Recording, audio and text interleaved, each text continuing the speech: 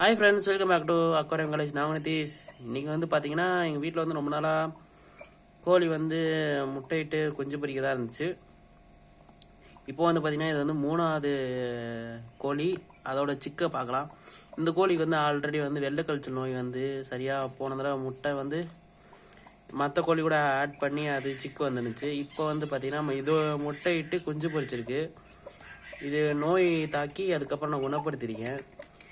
இப்போ வந்து இதோட முட்டையெல்லாம் வந்து இதுவே உடச்சி சாப்பிட்ருச்சு. இப்போ வந்து 4 முட்டையில வந்து பார்த்தீங்கன்னா 3 முட்டை வந்து அன்ஃபெர்டைலு, ஒரே ஒரு முட்டை தான் ஃபெர்டைலாக இருந்திருக்கு. இப்போ அந்த சிக்கு வந்து ஹேட்ச் ஆயிடுச்சு. இந்த கோழி எங்களை கொத்தாது. இதான் அந்த சிக்கு. ஒன்றே ஒன்று தான் வந்திருக்கு, மீதி எல்லாமே வந்து அன்ஃபெர்டைலுக்கு தான்.